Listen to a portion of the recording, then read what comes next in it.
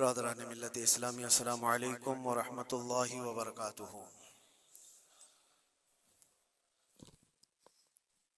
الحمد للہ وکفا وسلام علی حبیبہ المصطفى، اما بعد فاعوذ باللہ من الشیطان الرجیم، بسم اللہ الرحمن الرحیم۔ ان عدت الشہور عند اللہ 12 شہرا فی کتاب اللہ یوم خلق السماوات والارض منها 4 حرم ذلك الدین القیم الى آخر هذه الآیہ۔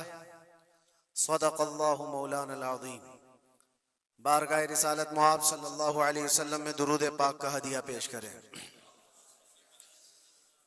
اللہم صل علی سیدنا و مولانا محمد معدن الجود والکرم وآلہ واصحابہ الکرام وابنہ الکریم وبارک وسلم صلاة دائمة سرمدا ابدا۔ اسلامی سال کا پہلا دن ہے، محرم الحرام کی آج پہلی تاریخ، اور اللہ کا شکر ہے کہ یہ نیا سال جمعہ کے دن سے شروع ہو رہا ہے۔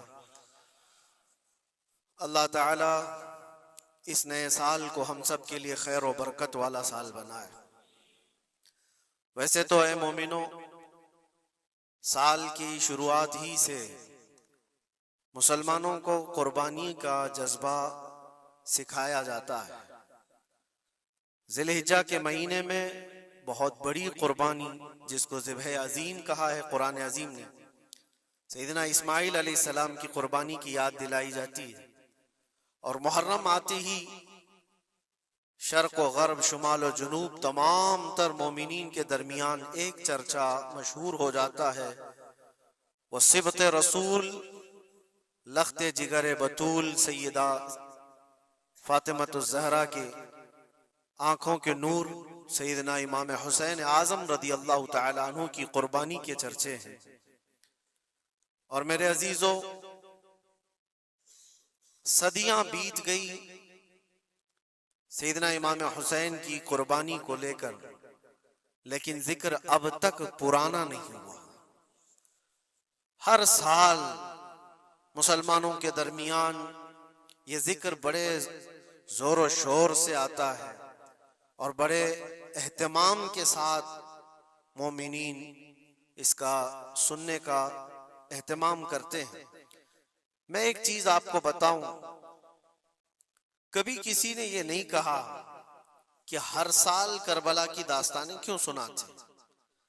آدمی اگر ایک کہانی سنا ہو تو دوسری مرتبہ سننے کا اس کو دل نہیں کرتا، یا اگر بہت انٹرسٹڈ ہے تو دوسری مرتبہ سن لے گا، تیسری مرتبہ دل نہیں کرتا۔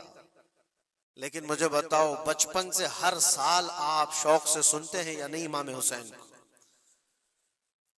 اور کبھی مقرر سے یہ نہیں کہتے یا سنانے والے سے یہ نہیں کہتے کہ ہر سال یہی سنایا جا رہا ہے، بلکہ میں یہ کہتا ہوں، ہم اگر ہر سال کربلا کی داستانیں سناتے ہیں تو چلو مان لیا کہ کوئی مولوی صاحب لوگوں نے یہ شروع کر رکھا ہو، لیکن یہ کروڑوں کے عوام کیا پاگل ہے جو ہر سال سننا چاہتے ہیں؟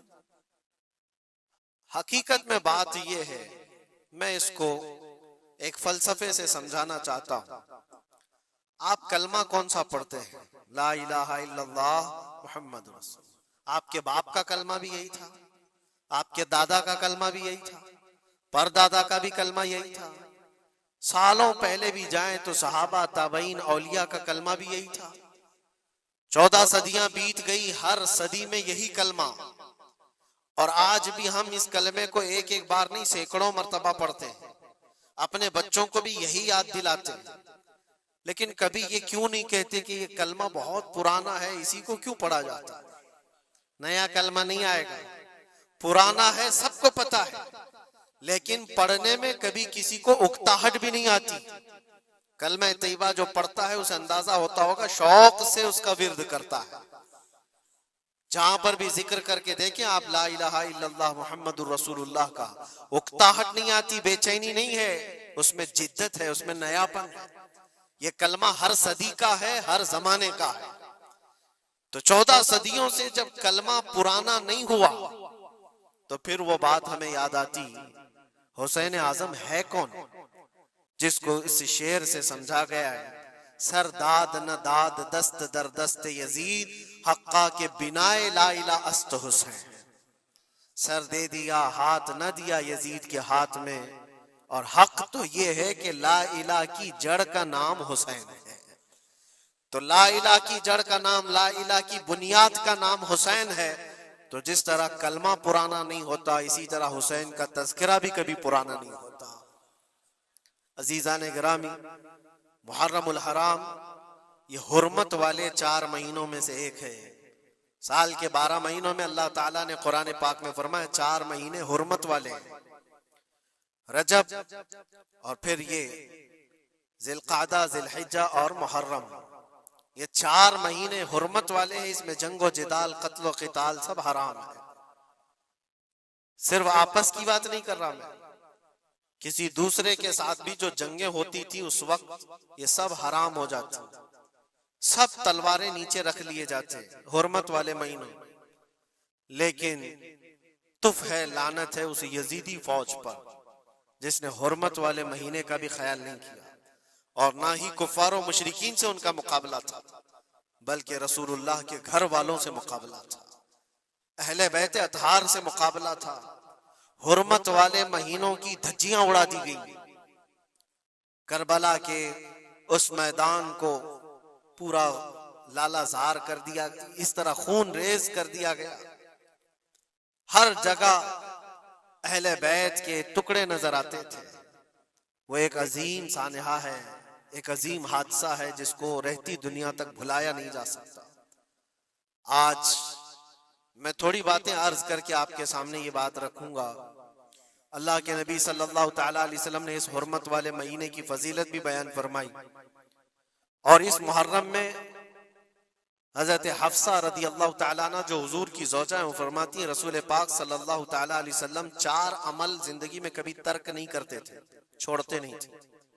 وہ کیا ہیں؟ تو آپ فرماتی ہیں ان میں سے ایک عاشورہ کا روزہ حضور کبھی نہیں چھوڑتے تھے۔ عاشورہ کا روزہ رسول پاک صلی اللہ تعالیٰ علیہ وسلم کبھی ترک نہیں فرماتے، اس کی بڑی فضیلت ہے۔ یہ عاشورہ کیا ہے؟ 10ویں محرم کے دن کو عاشورہ کہا جاتا ہے، بڑا تاریخی دن ہے، اور بلکہ اللہ کے نبی صلی اللہ علیہ وسلم نے یہ بھی فرمایا قیامت بھی اسی دن کو آنے والی ہے۔ 10 محرم الحرام ہوگی اور جمعہ کا دن ہی ہوگا جس دن سور پھونکا جائے گا اور پوری دنیا فنا کر دی جائے گی اور قیامت کا منظر قائم ہو جائے گا۔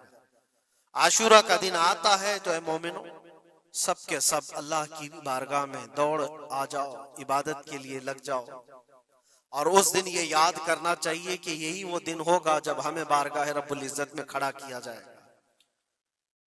اولین سے لے کر آخرین تک جتنے بھی پیدا ہوئے اس روئے زمین پر سب کو اٹھایا جائے گا، حساب و کتاب ہوگا، اور وہ 50,000 سال کے برابر کا ایک دن ہوگا۔ اس دن کو یاد کر کے عاشورہ کا اہتمام کرنا ضروری ہے۔ عاشورہ میں تو ویسی یادگاریں بہت ہیں۔ آدم علیہ السلام کے متعلق ان کی توبہ اسی دن قبول ہوئی۔ نوح علیہ السلام کی قوم پر جو عذاب آیا تھا طوفان کا، وہ طوفان نوح سے کشتی کو جو نجات ملی نوح علیہ السلام کی، وہ بھی عاشورہ کا دن تھا۔ سیدنا یونس علیہ السلام کو مچھلی کے پیٹ سے باہر نکالا گیا، وہ بھی عاشورہ کا دن تھا۔ موسیٰ علیہ السلام کو فرعون سے نجات دی گئی، فرعون غرق ہو گیا، پانی میں ڈبو دیا گیا، وہ بھی عاشورہ کا دن تھا۔ بہت ساری اس طرح کی تاریخی چیزیں عاشورہ کے دن، لیکن یہ ساری تاریخوں پر ایک تاریخ غالب آ جاتی ہے، وہ رسول اللہ کے نواسے کی قربانی کا دن، اس لیے کہ وہ پوری امت کو ہلا دینے والا حادثہ ہے۔ نبی آخر الزمان صلی اللہ تعالیٰ علیہ وسلم نے اپنے اس لخت جگر کو، اپنے اس نور نظر کو، جس کے لیے اپنے سجدے لمبے کر دیا کرتے تھے، جانتے ہیں آپ حضور پاک صلی اللہ علیہ وسلم کے ایک بیٹے تھے حضرت ابراہیم، اور یہ اسی زمانے کے ہیں جب حضرت امام حسین بھی پیدا ہوئے تھے، اور حضور کی گود میں آپ کے اپنے بیٹے بھی تھے۔ حضور صلی اللہ تعالیٰ علیہ وسلم کے وہ ایک ہی بیٹے ہیں جو 6 مہینے تک زندہ رہے۔ حضور صلی اللہ علیہ وسلم اپنی گود میں بٹھا کر انہیں پیار کر رہے تھے، اور امام حسین کو بھی گود میں رکھے ہوئے تھے. ایک طرف نواسا ہے اور ایک طرف بیٹا ہے.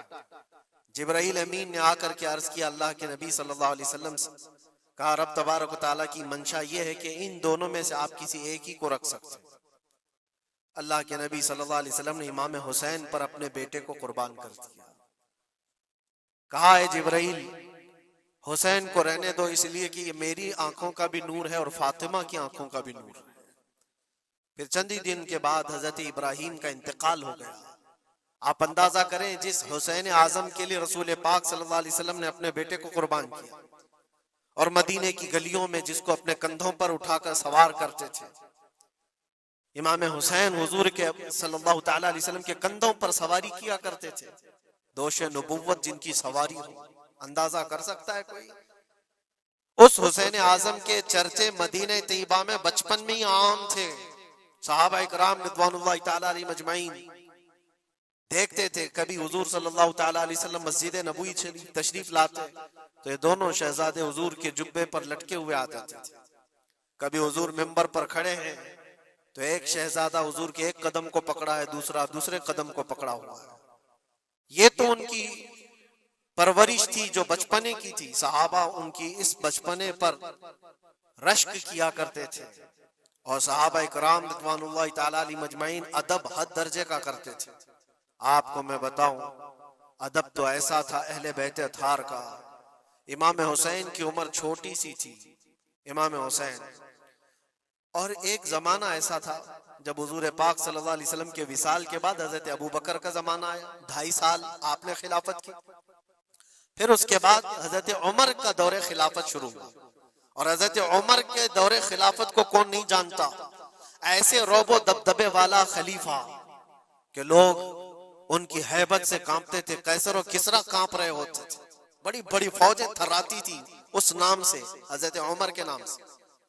ان کے دور خلافت میں ایک بار ایسا ہوا تھا کہ حضرت عمر کے بیٹے ہیں عبداللہ, اور ان کا اور حضرت امام حسین کا بچپن میں کچھ جھگڑا ہو گیا. چھوٹی عمر تھی, امام حسین کی بھی عمر چھوٹی تھی, عبداللہ کی عمر بھی چھوٹی تھی. دونوں تکرار کرتے رہے, کچھ نہ کچھ بات چیت ہوئی ہوگی. تو حضرت حسین نے حضرت عبداللہ کو غصے میں یوں کہا, تو کیا مجھ سے بحث کرتا ہے؟ تیرا باپ تو میرے نانا کا غلام تھا, خلیفہ وقت ہیں وہ, اور ان کو اس طرح سے کہا تیرا باپ آج جو خلیفہ ہے وہ میرے نانا کا غلام تھا. حضرت عبداللہ کو یہ بات لگی, کہا میں یہ شکایت امیر المومنین سے کروں گا. وہ دوڑ کر کے آئے, خلیفہ وقت ہے جس کے سامنے کھڑے ہونے کے لیے اچھے اچھے کانپ جاتے تھے.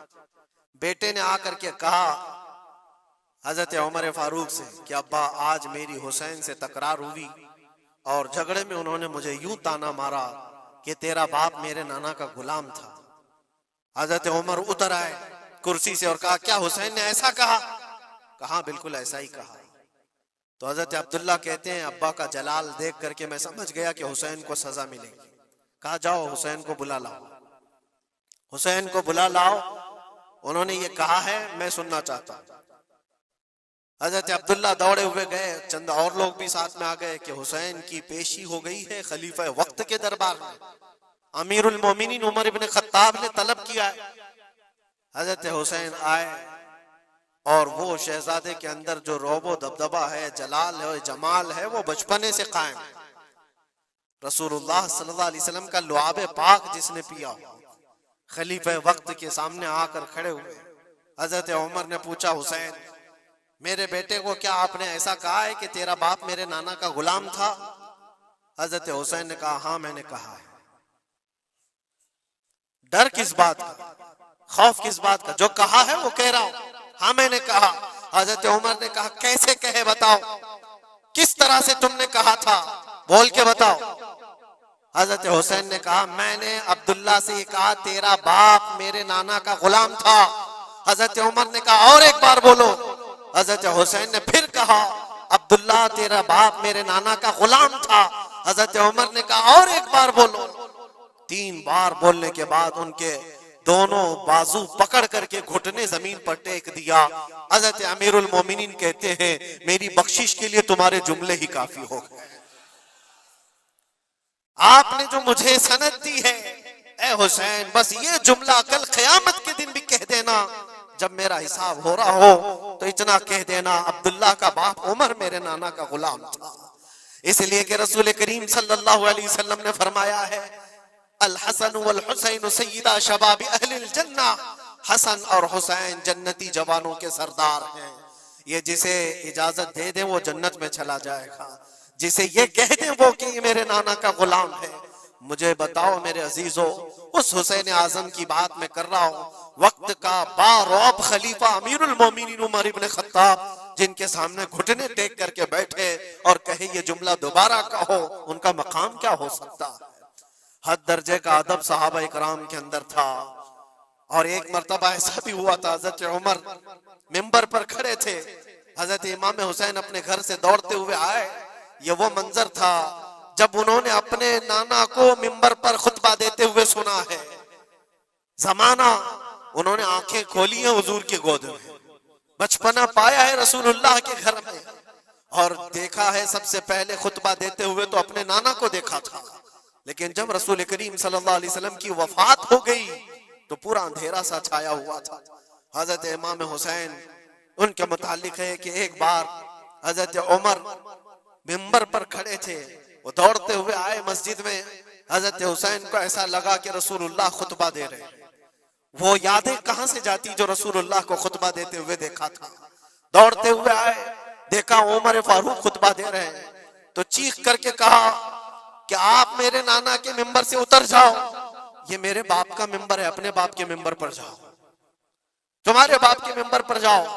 حضرت عمر اتر گئے، یہ نہیں کہ خطبہ قائم رکھا، فوراً اتر آئے اور شہزادے کو پکڑ کر کے رونے لگ گئے۔ سچ کہا ہے حسین، یہ ممبر تو تمہارے گھر کا ہی ہے، یہ ممبر تمہارے باپ کا ہے، تمہارے نانا کا ہے، اور انہوں نے یہ عزت بخشی ہے ہمیں کہ ہم اس ممبر پر کھڑے ہوتے ہیں، اگر آپ اجازت دیں تو میں خطبہ دوں، ورنہ میں یہیں بیٹھا رہوں۔ یہ مقام تھا امام حسین کا، بچپنے کی بات کر رہا ہوں۔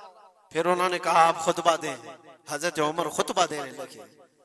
عزیزان گرامی، رسول کریم صلی اللہ تعالی علیہ وسلم کے اس عظیم خانوادے کی بات کر رہا ہوں۔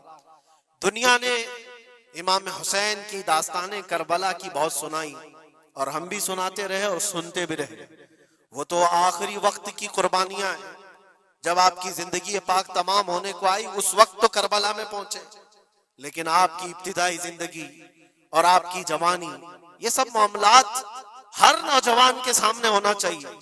اگر نوجوان آج ہمارا یہ کہتا ہے کہ میرا آئیڈیل حسین ہے، تو اس کو حسین کی زندگی پڑھنا چاہیے۔ اگر وہ پڑھے گا تو یزیدیوں کی طرح جینا چھوڑ دے گا، جینے کا طریقہ یزیدیوں کی طرح اور نعرے حسین کے ہوں تو یہ زمین و آسمان کا فرق ہے میرے عزیزوں۔ سیدنا امام حسین رضی اللہ تعالیٰ عنہ کے گھرانے کی بات میں آپ کو کہوں، ایک بار حضور پاک صلی اللہ تعالیٰ علیہ وسلم حضرت فاطمہ کے گھر تشریف لائے تھے۔ یہ کون سا وقت تھا میں آپ کو بتاؤں، بچے دونوں بیمار تھے، امام حسن اور امام حسین۔ تو حضرت فاطمہ نے منت کر لی تھی کہ اگر یہ بچے صحت یاب ہو جائیں تو 3 روزے رکھیں گے۔ حضرت علی نے بھی منت کر لی، تو اس کے بعد بچے صحت یاب ہو گئے تو روزے رکھے۔ حضرت علی رضی اللہ تعالیٰ عنہ، داماد رسول، اسد اللہ الغالب، شیر خدا جن کو کہتے ہیں، فاتح خیبر شکن اور فاتح خیبر، سیدنا علی ابن ابی طالب رضی اللہ تعالیٰ عنہ ایک کھجوروں کے باغیچے میں کام کیا کرتے تھے، اور مزدوری میں صرف 2 درہم آپ کو ملتے تھے۔ وہ 2 درہم ایسے کہ اس سے مدینے میں اتنا آٹا ملتا تھا جس سے 5 روٹیاں بن سکتی تھی۔ یہ دن کی مزدوری تھی ان کی، دن بھر کام کر کے آتے، روزہ رکھ کر کے گئے تھے، کام کر کے 2 درہم مزدوری میں لے آئے، اور اس کے بعد آٹا خرید کر لائے اور کہا فاطمہ روٹیاں بنا لو۔ 5 لوگ تھے گھر میں، حضرت فاطمہ، حضرت علی اور آپ کی ایک کنیز فضہ، اور حضرت حسن اور حسین رضی اللہ تعالیٰ عنہ۔ 5 روٹیاں بنی تھی، اور شام میں افطار کے لیے بیٹھے تھے، تو عین افطار کے وقت ایک مسکین دروازے پر آتا ہے، وہ کہتا ہے یہ اہل بیت کا گھرانہ ہے، میں بہت بھوکا ہوں، کیا مجھے کچھ کھلایا جا سکتا ہے؟ حضرت فاطمہ نے 5 روٹیاں اٹھا کر اس کی جھولی میں ڈال دی، ایک بھی نہیں رکھا، اور پانی پی کر افطار کر لیا۔ کیا یہ کر سکتا ہے ہم میں سے کوئی؟ افطاری کے وقت ہمارے سامنے رکھا ہوا سامان ادھر سے ادھر ہونے نہیں دیتے۔ کوئی تمہارا شربت تھوڑا سا اٹھا لے تو دیکھو پارا کتنا چڑھ جاتا ہے۔ افطاری کے وقت تو سب کو بھوک شدت کی لگی رہتی ہے، اور اس وقت گھر میں جو موجود ہے وہ اٹھا کے دے دینا۔ مسکین تو لے کر چلا گیا، اور یہ پانی سے افطار کر کے رہ گئے، رات کو اسی پانی سے سحری بھی، دوسرا روزہ تھا۔ حضرت علی مزدوری پر گئے، پھر وہی مزدوری، اور آٹا لائے، 5 روٹیاں بنی، اور افطار میں بیٹھے تھے کہ ایک یتیم بچہ آ گیا جس کے ماں باپ نہیں تھے۔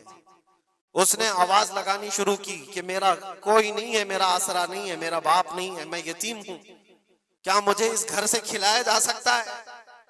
آج حضرت فاطمہ نے وہ 5 روٹیاں اٹھائی، اس کی جھولی میں ڈال دی، کہا صبر کر لو، ہم پانی پی لیں گے۔ پانی پی کر دوسرا دن افطار کر لیا انہوں نے، اور اس دن اسی طرح سے سحری کیے، اور تیسرا روزہ تھا۔ کون رکھ سکتا ہے میرے عزیز؟ ایک روزہ ہی لوگوں کے لیے کتنا بھاری ہوتا ہے۔ تیسرا روزہ تھا بغیر کسی چیز کے کھائے ہوئے، اور تیسرے روزے کے بعد پھر مزدوری کی حضرت علی نے، پھر اتنی مزدوری سے آٹا خرید لائے، 5 روٹیاں بنی، اور آج ان کے کھانے کا وقت تھا، افطاری کرنے ہی والے تھے۔ جیل سے چھوٹا ہوا ایک قیدی ان کے گھر کے پاس آیا۔ قیدی تھا جو برسوں سے جیل کی سزا کاٹ رہا تھا، اچانک آیا اور کہا میں بہت بھوکا ہوں، میرے پاس کوئی اسباب نہیں، کھانے پینے کا کوئی سامان نہیں، اور میں نے اس گھرانے کی بڑی تعریف سنی ہے، یہ اہل بیت کا گھرانہ ہے، کیا مجھے کھلایا جا سکتا ہے؟ یقیناً وہ لجپال گھرانہ ہے، وہ سخی گھرانہ ہے۔ آج بھی 5 روٹیاں اٹھائی اور ڈال دی، اور حالت یہ ہو گئی تھی کہ سب کا پیٹ پیٹ سے لگ گیا تھا، اور آواز نہیں نکل رہی تھی کسی کی۔ تیسرا دن گزرا تھا، اور اس وقت سب حسنین کریمین طاق میں دبکے ہوئے اندر بیٹھے ہوئے تھے۔ حضرت علی جھکے ہوئے تھے، حضرت فاطمہ بھی وہ سجدے میں تھی۔ رسول کریم صلی اللہ تعالی علیہ وسلم اس حالت میں اس گھرانے میں تشریف لاتے، اور آئے آواز دیا تو آواز کسی کی نکل نہیں رہی، سناٹا ہے گھر میں۔ دیکھا تو حسنین کریمین جسم پورا لاغر دکھ رہا ہے، دیوار سے دبکے ہوئے بیٹھے ہیں، حضرت فاطمہ الگ، حضرت علی الگ۔ یہ کیا منظر ہے؟ یہ اہل بیت وہ ہیں جو فاقہ کرتے تھے لیکن شکایت کسی کے پاس کرتے نہیں تھے۔ یہ نہیں کہ ہمارے گھر میں کچھ نہیں ہے، کبھی نہیں کہا۔ اسی طرح بیٹھے رہے۔ اللہ کے نبی صلی اللہ علیہ وسلم پوچھ رہے تھے تمہیں کیا ہو گیا؟ اسی اسنا میں ان کا جواب آنے سے پہلے جبرائیل امین آیت لے کر کے آ گئے، آیت لے کر کے آ گئے۔ قرآن پاک کی آیت سورہ دہر میں آج بھی موجود ہے۔ اللہ تعالیٰ فرماتا ہے وَيُطْعِمُونَ الطَّعَامَ عَلَى حُبِّهِ مِسْكِينًا وَيَتِيمًا وَأَسِيرًا۔ اے رسول پاک، یہ وہ گھرانہ ہے جو اللہ کی محبت میں کبھی مسکین کو کھلاتا ہے، کبھی یتیم کو کھلاتا ہے، اور کبھی قیدیوں کو کھلاتا ہے۔ اور حضور کو حضرت جبرائیل نے بشارت دی، نہ وہ مسکین گھر پہ آیا تھا، نہ یتیم گھر پہ آیا تھا، نہ قیدی گھر پہ آیا تھا، وہ تو اللہ کا فرشتہ تھا جو اہل بیت کا امتحان لے رہا تھا۔ اور یہ اہل بیت کا گھرانہ امتحان میں مکمل کامیاب ہے، اور ان کے کھانے کے لیے اللہ تعالیٰ جنت سے کھانے نعمت اتار رہا ہے۔ یہ وہ گھرانہ تھا۔ کیا اس صبر کو آپ دیکھ سکتے ہیں؟ بچپن میں جہاں اتنا صبر سکھایا گیا ہو، بچوں نے یہ الجھ کر کے کہا ہو کہ ماں کیوں دے رہی ہو روٹیاں، ہمارے لیے بھی تو کچھ رکھو۔ یہ وہ آداب تھے، یہ وہ پرورش تھی جو کربلا کے میدان میں ان کو جبل استقامت بنایا ہوا تھا۔ ٹس سے مس نہیں ہوتے تھے، یہ اچانک آئی ہوئی پرورش نہیں تھی، اچانک ملی ہوئی تربیت نہیں تھی، ان کی گٹھی میں گھول کر کے پلائی گئی ہوئی تربیت تھی۔ حسنین کریمین کو یہ صبر و استقامت ان کی ماں اور ان کے باپ نے اس وقت سے دیا ہے جب ابھی وہ شعور کی آنکھیں کھول رہے تھے۔ عزیزان گرامی وقار، استقامت کس کو کہتے ہیں؟ یہی ایک جملہ، ایک لفظ یاد کر لو بس کافی ہے۔ آج میرا میسج اتنا ہی ہے۔ استقامت ہے صرف اور صرف ظلم سہ کر کے مر جانا، یہ کوئی کمال کی بات نہیں۔ ظالم کے سامنے ڈٹے رہنا اور حق بات کا اعلان کرنا، یہ استقامت ہے۔ اور یہ ساری کرامتوں سے بڑھ کر کے ہے، ساری کرامتیں۔ جو بھی ولی کرامت دکھاتا ہے وہ نبوت کا پرتو ہوتا ہے، معجزے کا پرتو ہوتا ہے۔ نبی معجزہ دکھاتے ہیں۔ معجزہ کیا ہے؟ ایسا کام جو عام انسان نہیں کر سکتا۔ جیسے حضرت موسیٰ علیہ السلام نے اپنے لکڑی کو زمین پر ڈالا تو وہ سانپ بن گیا، اژدھا بن گیا۔ حضرت عیسیٰ علیہ السلام مٹی کے پرندے کو پھونک مارتے تھے تو وہ اڑ جاتا تھا، یہ معجزہ ہے۔ اور ولی سے جو کام صادر ہوتا ہے ایسا جو عام انسان نہیں کر سکتا، اس کو کیا کہتے ہیں؟ کرامت۔ ولی سے کرامت ثابت ہوتی ہے۔ بہت سارے اولیاء کرام سے کرامتیں صادر ہوئی۔ سرکار غوث پاک رضی اللہ تعالیٰ عنہ کی کرامتیں بہت ہیں، سرکار غریب نواز کی کرامت ہیں، بہت سارے اولیاء کرام کی بہت سی کرامتیں۔ انہوں نے کبھی پانی پر اپنے مصلے بچھائے، کبھی ہواؤں میں چل کے دکھائے، یا پھر محیر العقول کام جو عام انسان کی سمجھ میں نہ آئے، یہ سب کرامتیں دیکھ کر انسان حیرت میں آ جاتا ہے، ایسا کیسے؟ اور آج بھی سارے لوگ اسی چکر میں باباؤں کے پیچھے گھومتے رہتے ہیں کہ کوئی چمتکار دکھ جائے، چمتکار نظر آ جائے۔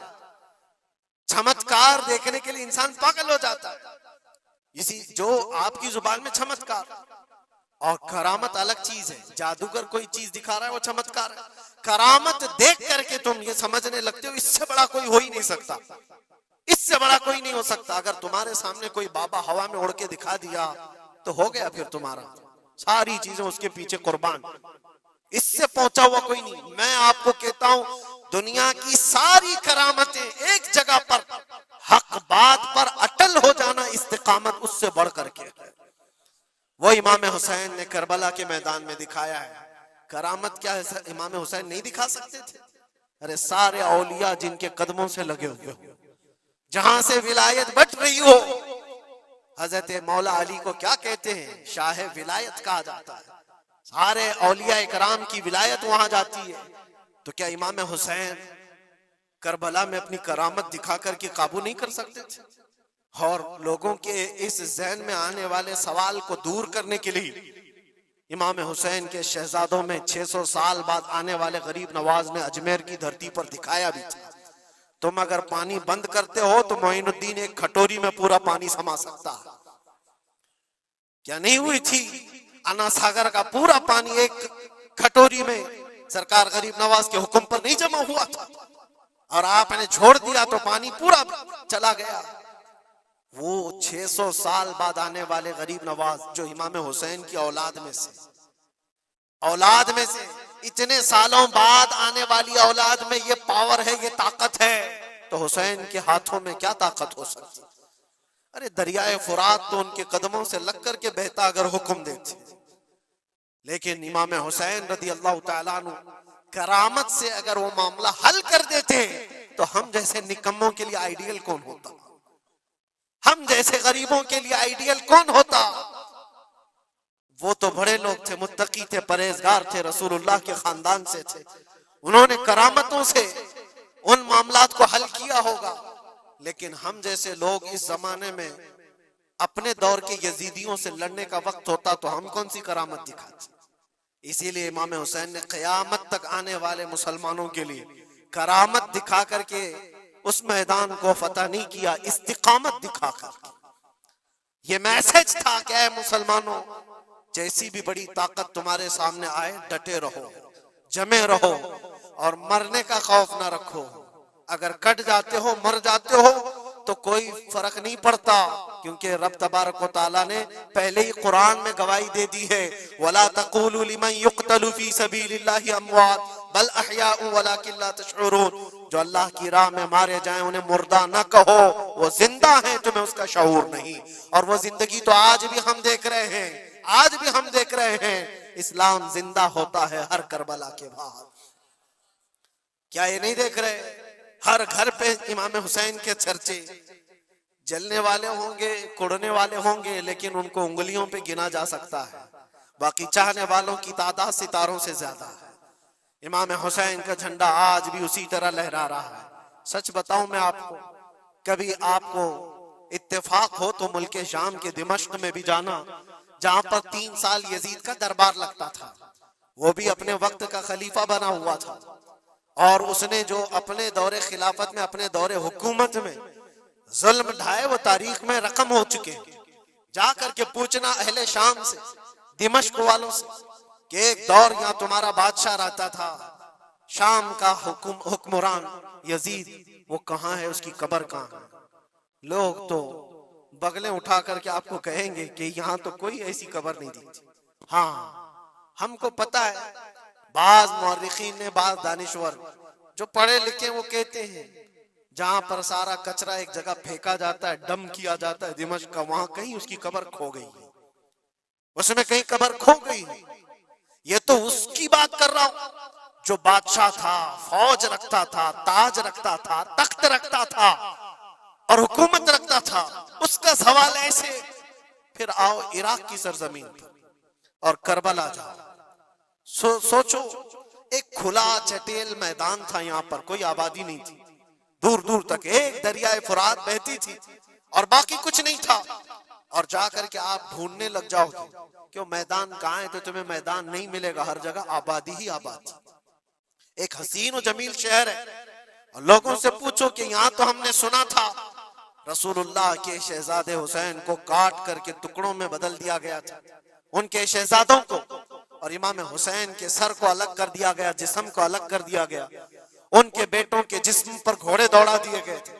سنا تو ایسا تھا کہ ان کے سب جسم کو اس طرح سے بکھیر دیا گیا تھا، وہ کہاں ہیں؟ کیا مٹ گئے تاریخ میں؟ نہیں، آپ کو ہاتھ پکڑ کر لے جا کر ایسے دربار میں کھڑا کریں گے جس دربار کی اونچائی دیکھنے سے ٹوپی گر جاتی ہے۔ اس حسین دربار کو دیکھتے ہی دل میں ہیبت طاری ہوتی ہے، اور پھر تم بے اختیار یہ کہہ دو گے، حسین کا دربار دیکھتے ہی تمہاری زبان سے یہ الفاظ نکل پڑیں گے، شاہ است حسین، بادشاہ است حسین۔ وہ اب بھی بادشاہ ہے، اب بھی شاہ ہے، اور ہزاروں لوگوں کو دیکھا ہے ہم نے حسین اعظم کی قبر پاک کے پاس آتے ہیں۔ میں پوچھا تھا ایک بڑے بزرگ سے، چٹیاں وہاں پر بہت اندر رہتی ہیں، بہت سارے لوگ اپنے پیسے بھی ڈالتے ہیں، نذرانے بھی پیش کرتے ہیں، بہت ساری چٹیاں ہوتی ہیں۔ میں نے پوچھا یہ چٹیاں کیا ہیں؟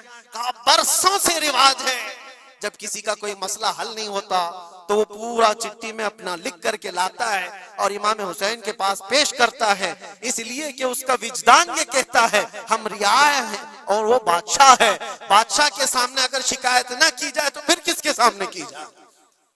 لوگ اپنی شکایتیں آج بھی پیش کرتے ہیں۔ میں کہنا یہ چاہتا ہوں میرے عزیزو، 14 صدیوں کے بعد بھی جس کی بادشاہت ختم نہیں ہوتی، وہ کس بات کی وجہ سے ہے؟ وہ استقامت کی بنیاد پر ہے۔ اسی لیے تو قرآن میں اللہ نے فرمایا ان الذین قالوا ربنا اللہ ثم استقاموا، بے شک وہ لوگ جنہوں نے کہا ہمارا رب اللہ ہے پھر جمے رہ گئے، تتنزل علیہم الملائکہ، ان پر اللہ فرشتے اتارتا ہے، اور فرشتے یہ کہتے ہوئے آتے ہیں جو استقامت کے ساتھ کھڑا ہے اس کو کہ گھبراؤ مت، ڈرو مت، ان قریب اللہ تبارک و تعالیٰ نے جو تم سے وعدہ کیا ہے وہ تمہیں ملنے والا ہے۔ یہ استقامت کے ساتھ رہنے والے کے لیے ملائکہ اتارے جاتے ہیں۔ آج بھی ہمارا امتحان اسی استقامت کو لے کر کے ہے، کتنے جمے رہو گے، کتنے ڈٹے رہو گے، یہی امتحان آنے والا ہے۔ آگے بھی دیکھنا، اس زمانے میں بھی دیکھنا، تمہاری ٹوپیاں اتاری جا رہی، تمہاری داڑیاں نوچی جا رہی، تمہارے برقعے، تمہارے حجاب سب سوالیہ نشان ہیں۔ اب تو حالات یہ ہو گئے ہیں، لوگوں کو اتنی کھجلی ہے کہ اذان کی آواز سے بھی پورے جسم میں کچھ لوگوں کو کھجلیاں ہوتی ہیں، تکلیفیں اتنی ہیں کہ سب اتار دو، کوئی اذان کی آواز نہیں۔ صدیوں سے جو اذان کی آوازیں گونج رہی تھی، آج پتہ نہیں پاگلوں کے دماغ میں کون سی چیز سوار ہے، کون سا شیطان سوار ہے۔ یہ صرف اور صرف اس لیے نہیں ہے کہ ابھی ابھی کے بنے ہوئے شیطان ہیں، شیطان تو پرانے ہیں، لیکن امتحان کی گھڑی تمہاری ہے، وقت ابھی ہمارے امتحان کا آ چکا ہے۔ یہ جو پوری دنیا کے حالات آپ دیکھ رہے ہیں، ان حالات میں بھی میرے عزیزو ایک بات یاد رکھنا، بہت سارے طوفان، بہت ساری آندھیاں آئیں گی، اگر تم ایمان کی حفاظت کے ساتھ اس دنیا سے گئے تو امن میں ہو، ورنہ اللہ کے نبی صلی اللہ علیہ وسلم نے اسی زمانے کے لیے فرمایا تھا وہ زمانہ آئے گا میری امت پر کہ صبح مومن ہوں گے، شام میں کافر ہو جائیں گے، شام میں مومن سوئیں گے، صبح کافر اٹھیں گے۔ وہ اس زمانے میں ہم آ چکے ہیں جہاں ایمان کا سودا ہونے لگ گیا ہے. لوگ تو آج, مجھے پتا ہے میں ہر چیز پر بات کروں تو بہت لمبی بات چلی جائے گی. ہماری قوم میں سب سے زیادہ وہ غدار لوگ موجود ہیں جو چند ٹکوں کے لیے, جو چند پیسوں کے لیے مخبری کیا کرتے ہیں اور ایمان بیچتے ہیں. ان کو کیا حاصل ہوتا ہے؟ اپنی قوم کی خبریں جا کر کے لوگوں کو پہنچانا, پولیس کو خبر دینا, اس کو خبر دینا, نیتاؤں کی چاٹو گیری کرنا. یہ سب چیزیں تمہارے ہاں کہاں سے آ گئی؟ تم تو خیر امت ہو, حسین اعظم کے غلاموں میں تمہارا نام ہوتا ہے. تمہارا سینہ تو ایسا ہونا چاہیے کہ کبھی تمہیں کوئی غلامی پہ جھکا نہ سکے. لیکن جو لوگ غلامی کو پسند کر کے تلوے چھاٹنا چاہتے ہو, یاد رکھنا اس دنیا میں بھی ذلت ہے, آخرت میں بھی بڑی ذلت ہے. بہت بڑی ذلت کا توق اٹھا کر کے اٹھائے جائیں گے. اسی لیے باز آؤ اے نوجوانوں, میں آپ سے کہتا ہوں, لالچ پر, پیسوں پر, تھوڑی سہولت دینے پر اگر تم بک جاتے ہو تو تم سے زیادہ اس روئے زمین پر کوئی بدنصیب نہیں ہوگا, کوئی بدنصیب نہیں ہوگا. آپ کو پتا ہے منافقین کے رد میں اللہ نے کتنی آیتیں اتاری, اور قرآن میں اللہ نے فرمایا ان المنافقین فی الدرک الاسفل من النار, بے شک منافقین جہنم کے سب سے نیچے حصے میں ہوں گے, سب سے زیادہ عذاب میں ہوں گے. کون ہے وہ منافق؟ جو چہرے سے مسلمان دکھتے ہوں, اندر سے کافر ہوتے ہیں. یہ دغا باز, دھوکے باز. آج پتہ ہے آپ کو ایران کی اس لڑائی میں سب سے زیادہ اسے نقصان کس چیز سے ہوا تھا؟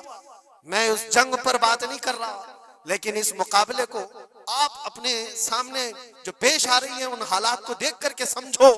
سب سے زیادہ یہودیوں کی طرف سے نہیں, ان کی قوم میں موجود ان کے غداروں سے تھا, جنہوں نے جگہ جگہ بم اڑائے, جگہ جگہ اسرائیل کا کام کیا وہاں پر.